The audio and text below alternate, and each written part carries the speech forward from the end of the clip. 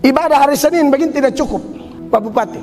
Mesti ada saat di mana semua duduk di lantai, kotong doa puasa di sini. Bapak percaya, di mana ada pemimpin berlutut merendahkan diri Bapak, sorga bergetar, sorga bergetar. Saya terima kasih buat pejabat yang rendah hati mau dengar masukan Bapak. Karena di mana ada kesatuan, dunia akan melihat ada Allah di situ, ada Yesus di situ, ada sumber segala berkat. Makanya Mazmur 133 bilang apa? Kalau ada kerukunan, ada kasih persaudaraan, kesanalah berkat-berkat diperintahkan. Jadi bukan soe atau TTS yang kejar berkat, berkat yang kejar TTS dan soe. Karena Tuhan akan perintahkan, wah di sana ada persatuan tuh, pemerintah dengan gereja bagus, pemerintah dengan eksekutif, dengan legislatif, yudikatif bagus. Maka Tuhan yang akan bilang berkat kejar TTS.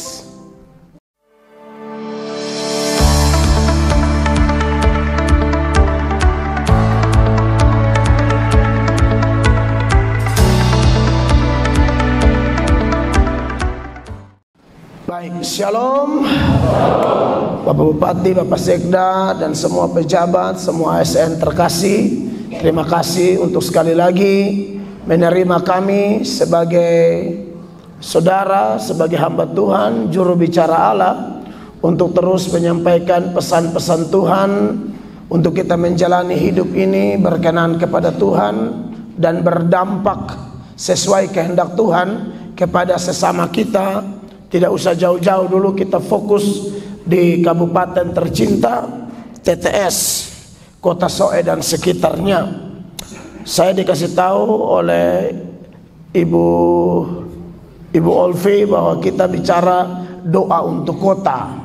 Nah, kalau ngomong doa untuk kota, maka nats yang mau saya seberangkan adalah seputaran doa juga. Dan doa di dalam Alkitab itu ada banyak doa. Ada doa Bapa Kami, ada doa Nehemia, ada doa Musa, ada doa Daud, ada doa Tuhan Yesus sendiri, ada doa Paulus. Tapi hari ini saya memilih membahas doa jemaat yang tercatat dalam Kisah Para Rasul pasal 4 ayat 23 sampai ayatnya yang ke-31. Saya ajak Bapak Ibu kita membaca ayat ini berbalas-balasan. Nanti ayat 31 kita akan baca sama-sama. Ayatnya ada di layar di depan, saya harap bisa dijangkau. Kalau tidak mungkin di Alkitab masing-masing atau handphone masing-masing. Saya akan memulai lebih dahulu. Sesudah dilepaskan, pergilah Petrus dan Yohanes kepada teman-teman mereka, lalu mereka menceritakan segala sesuatu yang dikatakan imam-imam kepala dan tua-tua kepada mereka. Ayat 24, Bapak Mama 1, 2, 3.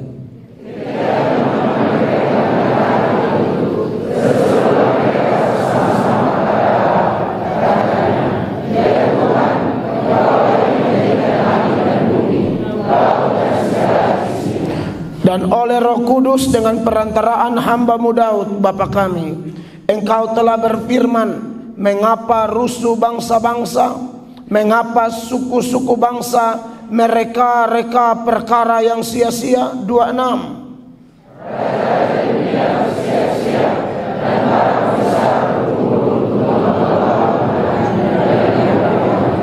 Sebab sesungguhnya telah berkumpul di dalam kota ini Herodes dan Pontius Pilatus beserta bangsa-bangsa dan suku-suku bangsa Israel melawan Yesus, hamba-Mu yang kudus yang Engkau urapi. 28.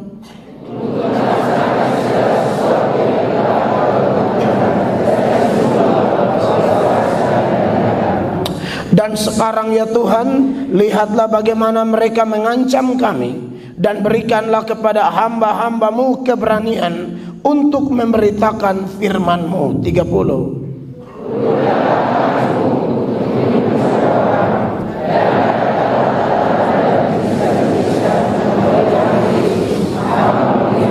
Tiga, 1, 2, 3. Dan ketika mereka sedang berdoa, Goyanglah tempat mereka berkumpul itu, dan mereka semua penuh dengan Roh Kudus. Lalu mereka memberitakan firman Allah dengan berani. Kita beri tepuk tangan untuk firman Tuhan yang luar biasa. Alkitab berkata bahwa langit dan bumi pasti berlalu, tetapi firman Allah tidak akan pernah berlalu. Firman Tuhan adalah kekuatan Allah yang akan memampukan saya dan Bapak Ibu sesuai panggilan kita, talenta kita, tugas kita masing-masing, di mana semua tugas yang kita punya, baik pendeta, baik bupati, baik sekda, baik kepala dinas, kepala bidang, kepala bagian, atau semua porsi kita masing-masing, Alkitab mengingatkan kita bahwa lakukanlah segala sesuatu seperti untuk Tuhan, bukan untuk manusia.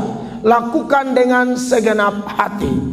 Nah, menarik Bapak Ibu jemaat yang diberkati oleh Tuhan Yesus. Tuhan Yesus setelah bangkit, lalu sebelum naik ke sorga, Tuhan Yesus pesankan kepada murid-murid supaya tunggu di Yerusalem.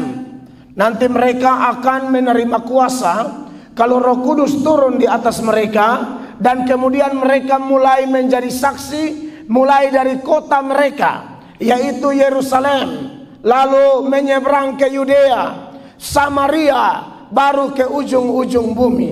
Menarik, untuk menjadi berkat, Tuhan pesan sama rasul-rasul dan gereja Tuhan pada waktu itu, mulai dari kota kamu dulu. Nah, kalau kita seberangkan ini di TTS, ya kita mulai dari TTS dulu. Kita mulai dari Soe dulu.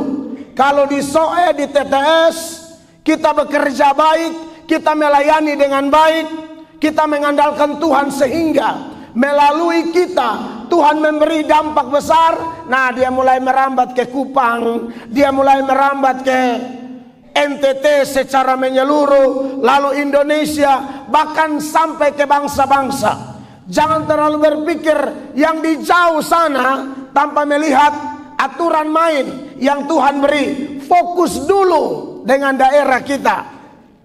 Bahkan ketika Tuhan izinkan Israel saja, mereka dibuang di Babel kurang lebih 70 tahun.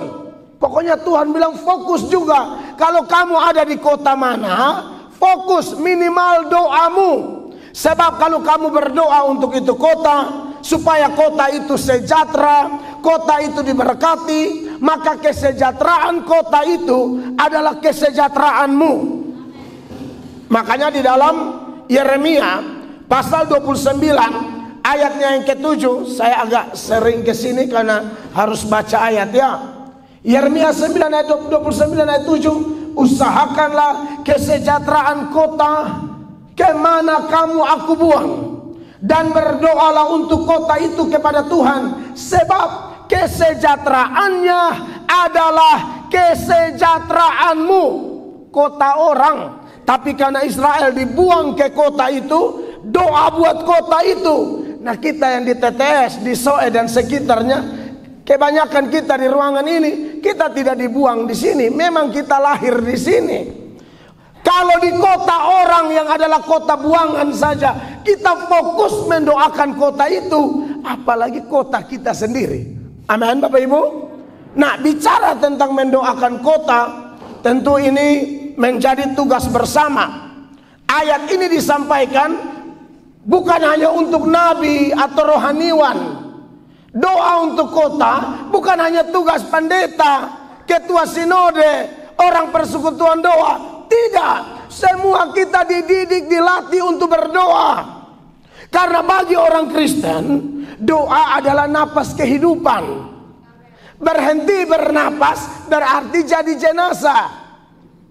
Berhenti berdoa itu tanda-tanda ada kematian rohani di dalam orang tersebut. Karena doa adalah napas kehidupan. Amin. Untuk hal-hal yang lain jemu, boleh bosan. Main TikTok bosan, nonton TV bosan, atau yang lain-lain bosan. Tapi untuk berdoa, Tuhan Yesus bilang jangan bosan, jangan jemu. Ini Tuhan Yesus ingatkan dalam Lukas 18 ayat 1 ketika dia memberikan perumpamaan tentang hakim yang lalim dan seorang janda itu. Tuhan Yesus menekankan tentang betapa pentingnya orang Kristen berdoa dengan tidak jemu-jemu. Yesus mengatakan suatu perumpamaan kepada mereka untuk menegaskan bahwa mereka harus selalu berdoa dengan tidak jemu-jemu. Pengalaman kami pelayanan di lapangan ya, karena saya dibesarkan tahu khotbah, tahu pelayanan, tahu menginjil. Itu saya belajar dari persekutuan doa Gemit Sinode. Jadi persekutuan doa Gemit itu luas sekali ya, di seluruh Tanah Timur, di seluruh NTT. Nah kami ini belajar khotbah dari Gemit, PD Gemit. Dan kami terbiasa dibentuk di persekutuan doa. Saya tertarik sekali dengan orang-orang persekutuan doa itu. Mereka doa buat bangsa dan negara. Mereka doa buat anak-anak di jalan-jalan, di deker-deker yang nakal-nakal. Mereka doa buat orang-orang yang dipenjara. Entah dipenjara karena dizolimi, dipenjara memang karena melanggar hukum, atau alasan-alasan yang lain. Mereka berdoa kiranya Tuhan pakai penjara untuk merubah orang-orang itu. Dan memang saya lihat hasilnya begitu nyata. Saya yang berdiri di sini, saya percaya Tuhan yang pilih. Tapi ini adalah hasil doa dari tim doa, orang persekutuan doa yang tidak kenal kita, yang punya urusan sendiri, tapi mau urus orang lain melalui doanya. Dan itu dampaknya besar, Bapak Ibu terkasih. Walaupun tidak semua yang mau ikut berdoa. Ada yang kita ajak persekutuan doa, dia bilang, nanti sah. Alasan terlalu banyak. Ada bapak-bapak diajak persekutuan doa, dia bilang, ini apa?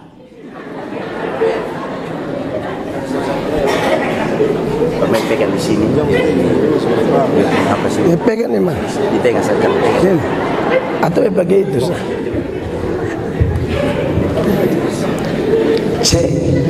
Paling jengkel tuh, ada semangat waktu fuga. Sandai salah pegang, beta salah pegang. Kok mai ke tempat bakatumu, nah sahabat tahu kecuali pegang di hari-hari. Nah, Bapak Ibu, tapi ada juga yang kita ajak tidak mau. Alasan 1100 alasan. Bahkan kalau ada doa-doa begini, dia bilang doa jangan terlalu lama-lama. Betul, menyanyi jangan terlalu lama-lama. Hanya anehnya orang jenis ini yang bilang doa jangan terlalu lama-lama, menyanyi jangan terlalu lama-lama. Nanti kalau dia suka sakit, dia su infus di rumah sakit, dia mau menyanyi terus. Beta sulayani banyak nah, sehat lagi dia bilang jangan terlalu lama. Doa angka hati saja, cepat-cepat. Melihat kalau dia antara ada dan tiada, napas susah satu, kok dokter bilang ini stadium 3 mau masuk 4. Oh itu siapa saya yang datang? Pol PP datang juga bilang lu doa dong. Tahu saya pendeta Pol PP juga minta dukungan doa. Tapi kalau kau tambah teriak, ayo berdoa, ayo berdoa, ayo berdoa. Tidak, kita lihat waktu dulu, kita lihat waktu dulu. Beta kalau khotbah dulu di pemerintah kota, provinsi, beta kalau khotbah belum 15 menit, in pejabat dong pulih jam ini. Maksudnya, kok khotbah nih kok 15 menit itu baru pendahuluan, belum ayat pendukung disertai keterangan. Kok kenapa su acting lihat jam? Iya toh?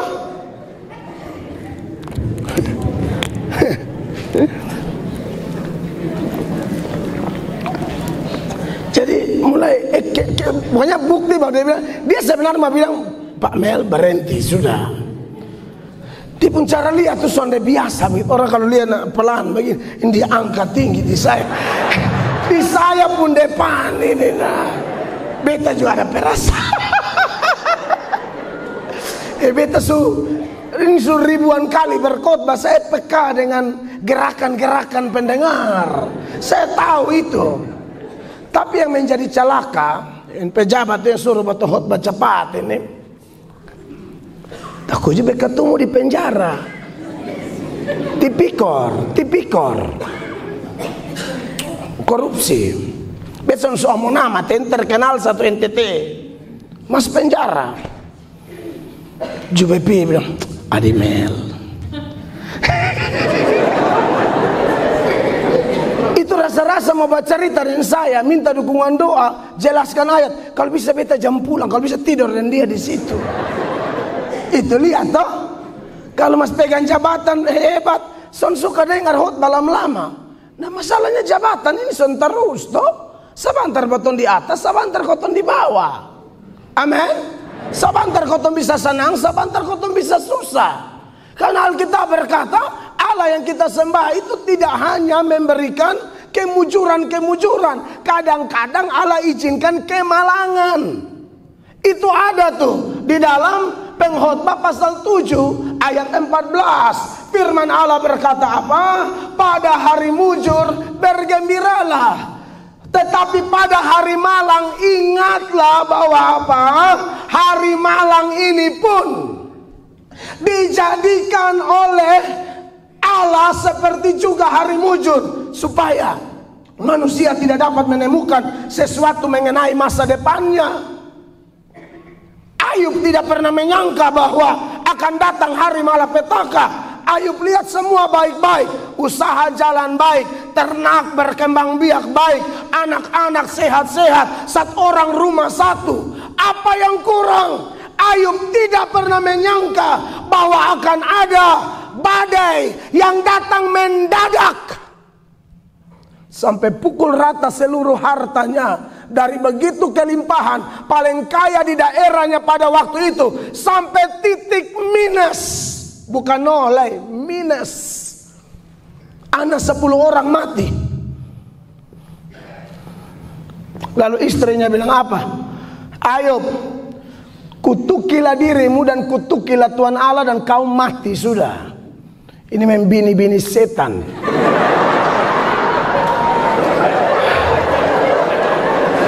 Laki hebat, laki luar biasa. Dia bilang, bet pumpai tua. Laki dalam keadaan begitu, ibu harus tetap ada dong. Ibu harus tetap berkata, sayang, mama tetap penolong. Amin. Bukan perongrong, penolong. Dia suruh Ayub ini kutuk ini apa? Tuhan Allah dan kutuk diri. Ayub bilang, lu ini perempuan mengong. Ayub bilang gila, mengong kan gila toh. Mari kita lihat Ayub 2 ayat 9 dan 10. Ini ibu satu nih terbisa dia. Perhatikan. Maka berkatalah istrinya kepadanya, masih bertekunkah engkau dalam kesalehanmu? Kutukilah Allahmu dan matilah. Lalu Ayub bilang, gila satu nih. Perhatikan. Tetapi jawab Ayub kepadanya, engkau berbicara seperti perempuan gila. Apakah kita mau menerima yang baik dari Allah tapi tidak mau menerima yang buruk? Ayub paham, Tuhan tidak hanya menyediakan yang baik, kadang-kadang atas seizinnya, dalam skenario-nya yang begitu luar biasa, dia izinkan kita mengalami satu proses kesakitan, tangisan, tekanan yang begitu rupa. Saya percaya kok, kalau Bapak Ibu di ruangan ini diberi kesempatan memberi kesaksian, saya yakin kita seragam bahwa dalam hidup kita ini tidak hanya kemujuran.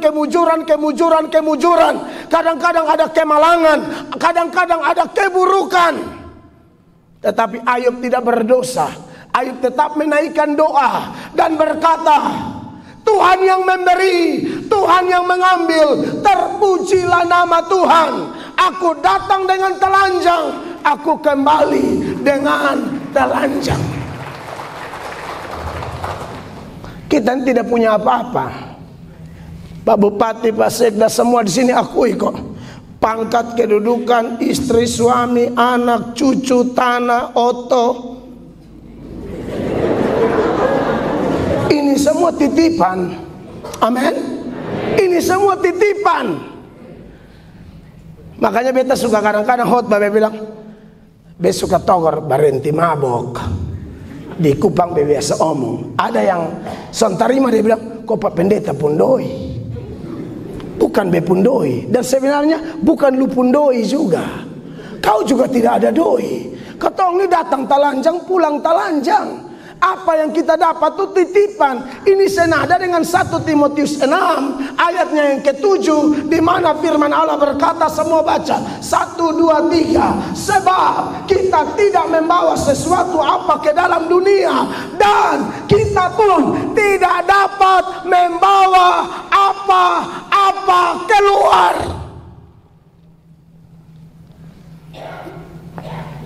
Bos Matahari, pemilik Matahari, dia sudah meninggal. Dia pun tanah tuh ribuan hektar seluruh Indonesia. Bet sentau di Soe ada kesan mau di Kupang tuh flow Moramol depung. Ribuan hektar satu Indonesia. Dia meninggal, tidak bisa pakai tanah 2x1 kan, dia kremasi toh. Akhirnya abu isi di botol. Oh, itu ngeri.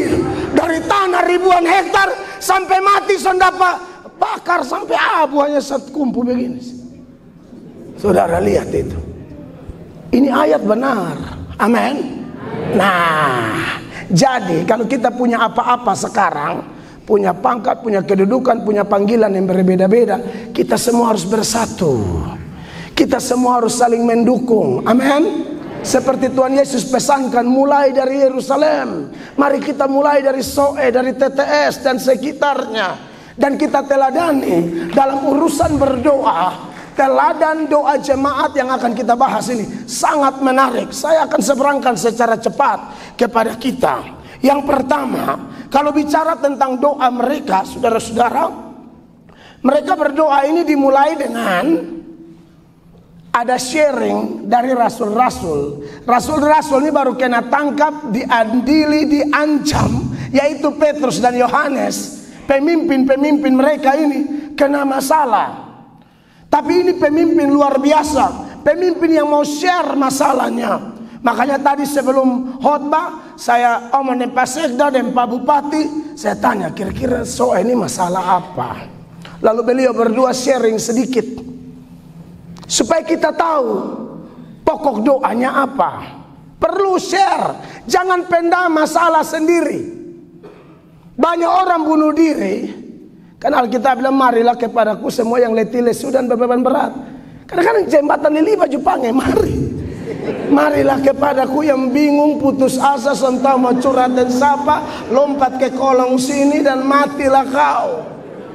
Banyak orang yang pendam-pendam masalah, tidak tahu mau curhat disapa.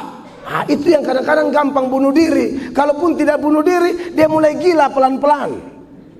Secara psikologi kita ini makhluk sosial, kita butuh orang lain. Pak Bupati butuh Pak Sekda, Pak Bupati Pak Sekda butuh kepala dinas, kepala dinas butuh kepala apa leh?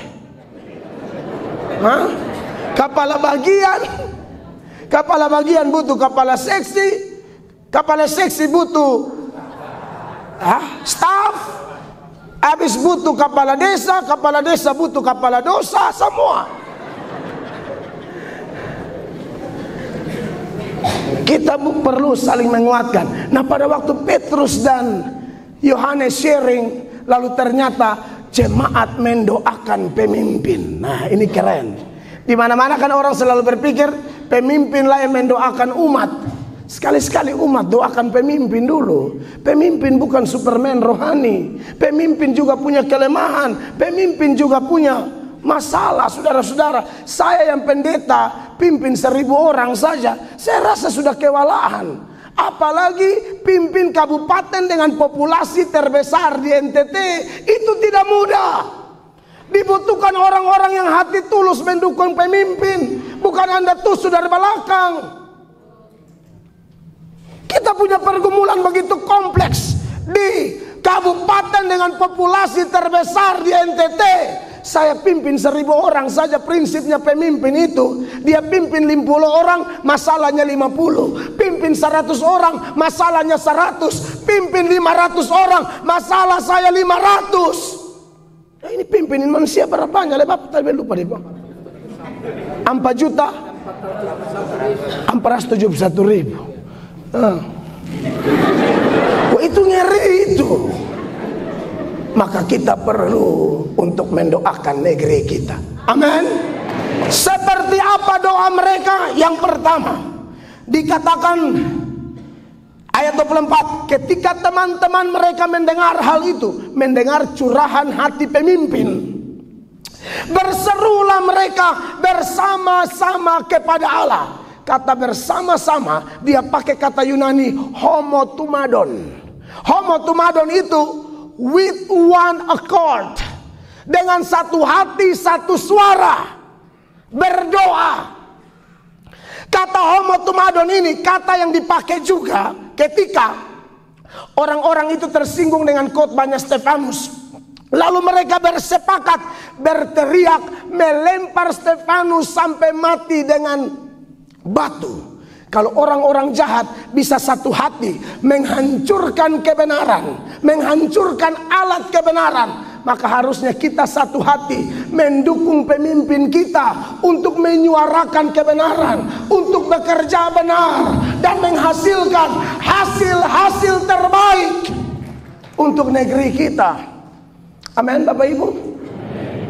Agenda setan adalah adu domba untuk perpecahan. Itu setan. Dia datang hanya untuk membunuh, mencuri, dan membinasakan. Setan itu sebelum Belanda pakai metode divide et impera, setan sudah pakai, itu metodenya setan. Adu domba. Setan itu di hadapan Allah dia menjelekkan manusia. Di hadapan manusia dia menjelekkan Allah. Itu adu domba. Di A dia kasih jelek B, di B dia kasih jelek A. Dia tuh pisau silet. Dia dua mata, dia hantam sana, dia hantam sini, berharap kacau. Di hadapan Allah setan menjelekkan Ayub. Memang saja dia diberkati karena Tuhan pagar dia. Coba cabut itu pagar, Ayub pasti kutuk. Anda lihat ini. Di hadapan Adam dan Hawa dia kasih jelek Tuhan. Tuhan bilang jangan makan itu buah karena Tuhan takut kalau kalian makan kalian jadi sama dengan Allah. Makan saja. Itu setan. Dia kemana-mana bawa perpecahan. Tapi Yesus datang bawa persatuan. Bahkan Yesus berdoa untuk persatuan. Perhatikan Yohanes 17 ayat 20 dan 21. Ayat 20 Bapak Mama baca, aku minum air. 1, 2, 3.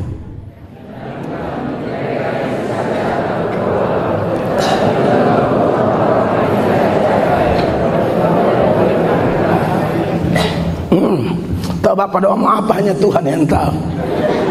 Pokoknya 21 bilang begini, supaya mereka semua menjadi satu, sama seperti Engkau ya Bapa di dalam aku dan aku di dalam Engkau, agar mereka juga di dalam kita, supaya dunia percaya bahwa Engkaulah yang telah mengutus aku.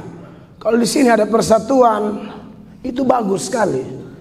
Pak Bupati, Pak Wakil Bupati satu, Pak Sekda juga satu.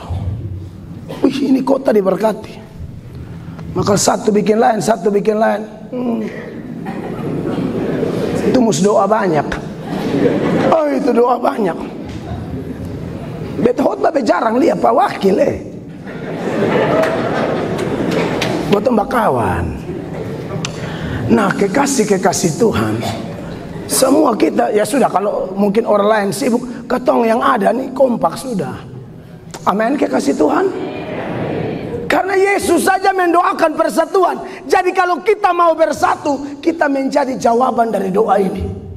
Kita menjadi jawaban dari doa Yesus. Ribuan tahun yang lalu Tuhan Yesus berdoa, Tuhan tolong Bapa, tolong supaya rasul-rasul bersatu, dan semua orang yang nanti bertobat karena pemberitaan mereka atau menjadi Kristen termaksud kita, tolong supaya mereka satu. Karena di mana ada kesatuan, dunia akan melihat ada Allah di situ, ada Yesus di situ, ada sumber segala berkat. Amin. Makanya Mazmur 133 bilang apa? Kalau ada kerukunan, ada kasih persaudaraan, kesanalah berkat-berkat diperintahkan. Jadi bukan soe atau TTS yang kejar berkat, berkat yang kejar TTS dan soe. Karena Tuhan akan perintahkan, wah di sana ada persatuan tuh. Pemerintah dengan gereja bagus, pemerintah dengan ya, eksekutif dengan legislatif, yudikatif bagus. Maka Tuhan yang akan bilang berkat, kejar TTS. Stunting, desa-desa miskin apa semua, kan puji Tuhan mengalami penurunan. Kalau lebih kompak lagi, beta yakin mantap. Itu dimulai dengan doa yang sungguh-sungguh dengan satu hati. Di dalam satu hati ada berkat luar biasa. Amin, kekasih Tuhan. Yang kedua, waktu mereka berdoa itu isinya bilang begini, ya Allah, Engkaulah yang menjadikan langit dan bumi, laut dan segala isinya. Yang berikut, selain satu hati, mereka memulai doa mereka dengan menyatakan kemahakuasaan Allah, bukan menyatakan masalah mereka. Ini cara doa yang baik, Bapak Ibu. Masalah mau banyak kayak apa, mau stunting, mau kemiskinan, mau apa, tapi kalau kita berdoa, datanglah memulai dengan membesar-besarkan Allah. Makanya lihat, kita mayoritas gemit di sini toh. Saudara lihat, kalau kita di dalam gereja itu masuk ibadah mulai dengan pujian apa? Hormat bagi Allah Bapa, hormat bagi anaknya. Doa Bapa kami pun demikian. Itu doa dimulai dengan kepentingan Allah dulu, baru kepentingan kita. Jangan datang-datang kepentingan kita. Kalau kita datang-datang langsung kepentingan kita, kita tidak memperlakukan dia sebagai Allah. Kita memperlakukan dia sebagai babu. Kita memperlakukan dia sebagai security. Kita datang main perintah, main lapor saja. Padahal Tuhan tidak mau begitu. Silakan masalah kita besar, tapi pada waktu datang di hadirat Allah, belajar menyembah Tuhan, belajar membesar-besarkan Allah, bukan membesar-besarkan masalah. Amin. Sebab masalah di TTS ini sebesar apapun, belum sama dengan masalah Israel di Mesir, belum sama dengan ketika mereka menghadapi Laut Kulsum. Tapi ketika orang membesarkan Allah, masalah sebesar apapun menjadi begitu kecil. Seringkali kalau kita doa, bahkan kalau kita biasa memulai doa-doa kita dengan menyatakan masalah kita, kata-kata itu saja sudah mau melemahkan kita. Tuhan, hamba semua mati. Lihat, ini kata-kata saya sudah melemahkan. Tuhan, hamba pulaki foe barat. Itu saja sudah melemahkan. Harusnya datang puji Tuhan dulu. Amin. Tak usah urusin laki pun foe. Tunggu, gampang. Saudara punya sakit, datang-datang jangan langsung mengeluh, menyembah dia dulu. Berikan puji-pujian. Doa Bapa kami bilang apa? Bapa kami yang di sorga. Ini Tuhan punya semua. Dikuduskanlah namamu, datanglah kerajaanmu, Tuhan. Jadilah kehendakmu. Anda lihat doa Bapa kami itu ada prinsip doa yang bagus. Kalau datang doa mulai dengan Tuhan punya, Tuhan punya, Tuhan punya. Sudah, Tuhan sudah. Baru berikanlah kami belakangan makanan kami yang secukupnya. Ampunilah kami, jangan membawa kami ke dalam pencobaan. Itu di urutan berikut. Nah, ternyata jemaat ini memberi teladan kepada kita. Jadi menurut saya, ibadah hari Senin begini tidak cukup, Pak Bupati. Cukup. Mesti ada saat di mana tak usah pakai karusi, semua duduk di lantai, koton doa puasa di sini. Bapak percaya, undang saya datang. Atau sudah ada pendeta di sini juga aja, tak usah repot. Serius Bapak Ibu. Saya terima kasih buat pejabat yang rendah hati mau dengar masukan Bapak. Di mana ada pemimpin berlutut merendahkan diri Bapak, sorga bergetar, sorga bergetar. Menurut saya ibadah di kursi begini tidak cukup. Kita berapa menit saya mus kerja atau ambil putar tambah lebih lama. Serius Bapak, kita coba siap waktu. ASN semua koton doa puasa. Buka puasa makan kacang hijau di muka kok kolak kok. Betul. Itu kan gaya saudara. Ingat revival pernah terjadi di kota ini. Jangan itu anggur yang air jadi anggur, sekarang air sudah jadi sopi. Tolong dulu kita jangan padamkan itu roh Pentakosta. Saya sampai Amerika seorang ngomong Zoe. Orang di Amerika saya tahu Zoe. Perkutuan di sini sudah ada keseriusan berdoa. Mari merendahkan diri. Saya yakin itu dahsyat luar biasa. Datang kasih puji, agungkan dia. Saya kalau doa 1 jam, Tadi ini kami habis doa baru datang nih. Doa 1 jam, setengah jam itu hanya untuk Tuhan. Kami tidak minta apa-apa, hanya puji Dia. Sebab Kau besar, perbuatanmu ajaib, tidak ada urusan dengan kami. Agungkan dia. Setengah jam yang sisa, itu baru masalah orang, masalah kami, beban pribadi. Tuhan dahulu. Praktekkan ini Bapak Mama. Bapak Mama pasti kuat hadapi apapun. Yang ketiga ialah bahwa ketika mereka berdoa, mereka kutip firman Allah. Karena waktu mereka berdoa di ayat 25 ini, 25 dan 26, mereka kutip Mazmur. Mereka bilang begini, dan oleh Roh Kudus dengan perantaraan hamba-Mu Daud, Bapa kami. Berarti Daud salah satu penulis Mazmur. Engkau telah berfirman, mengapa rusuh bangsa-bangsa, mengapa suku-suku bangsa mereka perkara yang sia-sia. Raja-raja dunia bersiap-siap dan para pembesar berkumpul untuk melawan Tuhan. Dan yang diurapinya, ini doa kutipan dari Mazmur pasal 2.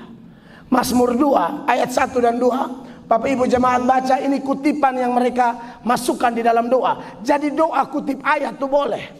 Klaim ayat, berarti apa yang tertulis Tuhan itu adalah kebenaran. Mungkin kita tidak usah baca lagi, pulang kita periksa Mazmur 2 ayat 1 dan 2. Ini yang dikutip oleh jemaat di dalam Kisah Para Rasul pasal 4 ayat 25-26. Saya percaya Bapak Ibu juga punya kehidupan rohani yang baik.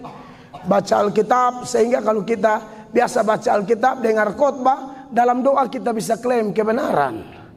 Kalau ada masalah yang banyak, masalah bertubi-tubi, setelah kita melakukan bagian yang tadi meninggikan Tuhan, dalam doa kita boleh klaim, Tuhan, hamba percaya masalah di TTS ini banyak, tapi kami yakin, saya yakinnya pencobaan-pencobaan yang kami alami tidak akan melebihi kekuatan kami. Engkau Allah setia, Engkau akan beri jalan keluar sehingga kami sanggup menanggungnya. Amin, kekasih Tuhan. Klaim ayat, Tuhan kami percaya Engkau turut bekerja dalam segala perkara untuk mendatangkan kebaikan bagi kami. Dan yang berikut, yang keempat, mereka ini berdoa dengan mempercayai rencana Allah. Mereka doa karena mereka sedang ditekan. Mulai dari zaman Pilatus mereka ditekan, zaman Herodes mereka ditekan. Tetapi dalam doa mereka punya pemahaman yang baik. Bapak Ibu perhatikan ayat 27 dan 28. Sebab sesungguhnya telah berkumpul di dalam kota ini Herodes dan Pontius Pilatus beserta bangsa-bangsa dan suku-suku bangsa Israel melawan Yesus, hamba-Mu yang kudus yang Engkau urapi. Ini pejabat-pejabat jahat yang melawan Tuhan Yesus. Kita bersyukur di NTT, kalau pejabat jahat ini sedikit saja, kalau ada pun sedikit saja. Lebih banyak yang mau takut Tuhan, dan itu bagus sekali. Ya, tapi kalau dulu semua melawan Tuhan Yesus.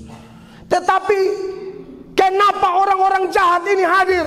Jemaat itu berdoa bilang begini, untuk melaksanakan segala sesuatu yang telah Engkau tentukan dari semula oleh kuasa dan kehendak-Mu. Ternyata orang-orang jahat itu juga ada atas seizin Tuhan.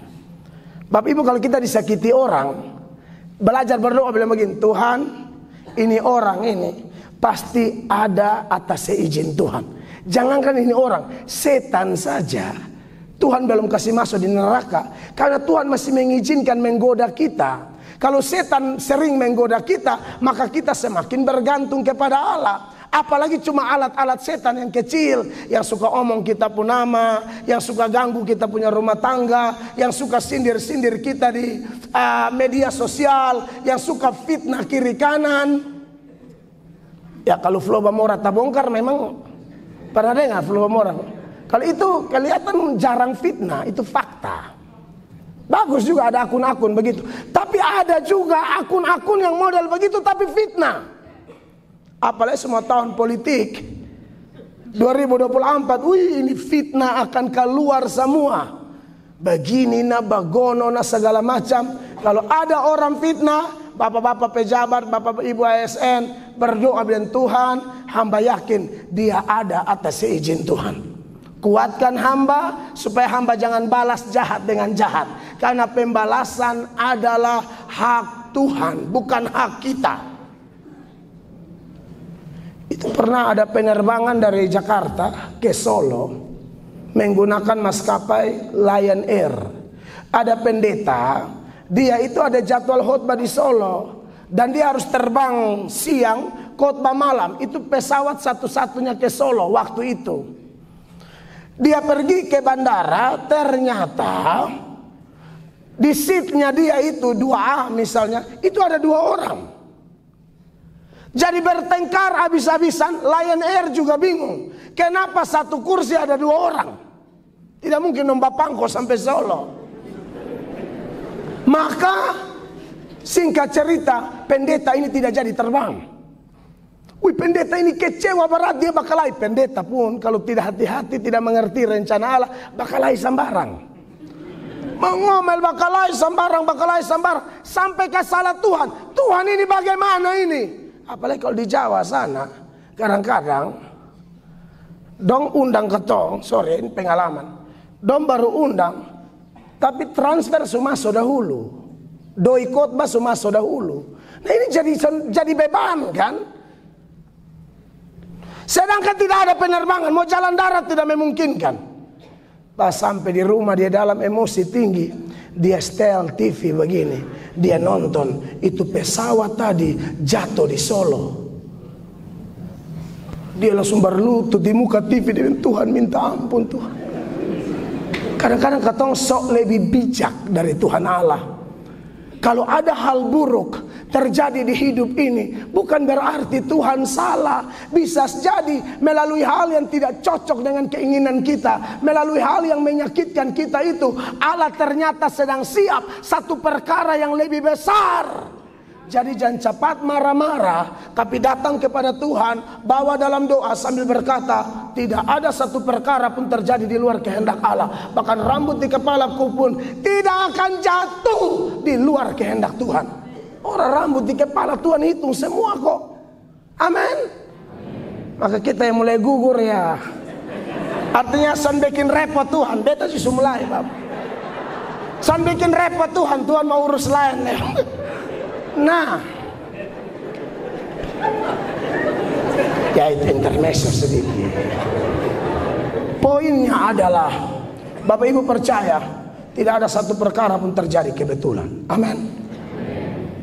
Tuhan pasti punya rencana yang baik dan yang terakhir supaya lama-lama. Beta tahu di sini mesti kerjana.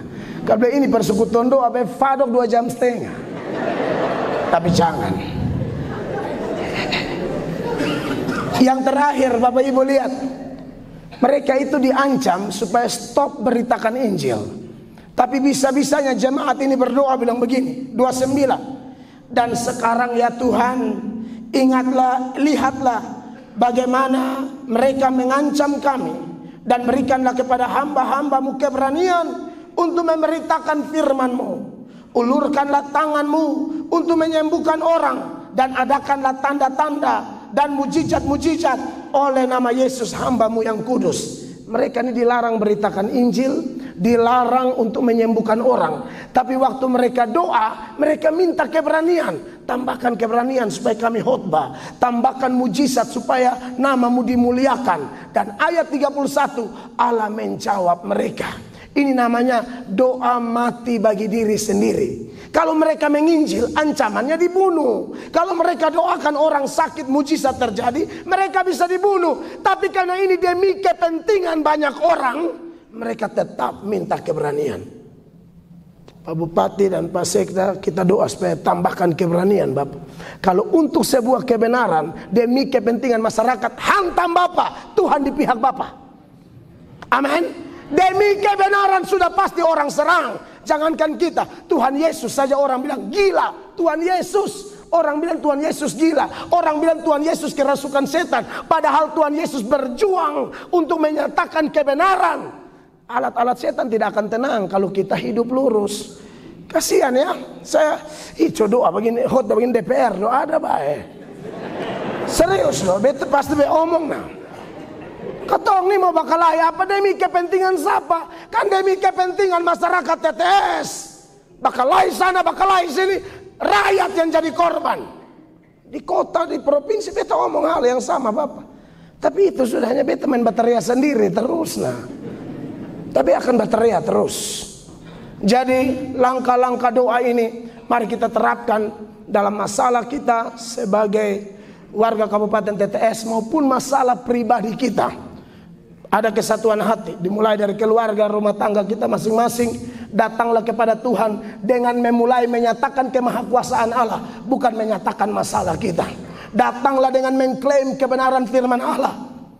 Amin. Datanglah dengan keyakinan bahwa Allah turut bekerja dalam segala perkara untuk mendatangkan kebaikan. Dan datanglah bukan untuk kepentingan kita, tapi untuk kepentingan orang lain. Percaya kalimat penutup ini. Di saat kita sibuk urus kepentingan orang, Allah sibuk urus urusan kita. Beri tepuk tangan yang meriah bagi Tuhan. Saya selesai. Kiranya khotbah ini memberkati Bapak Ibu sekalian.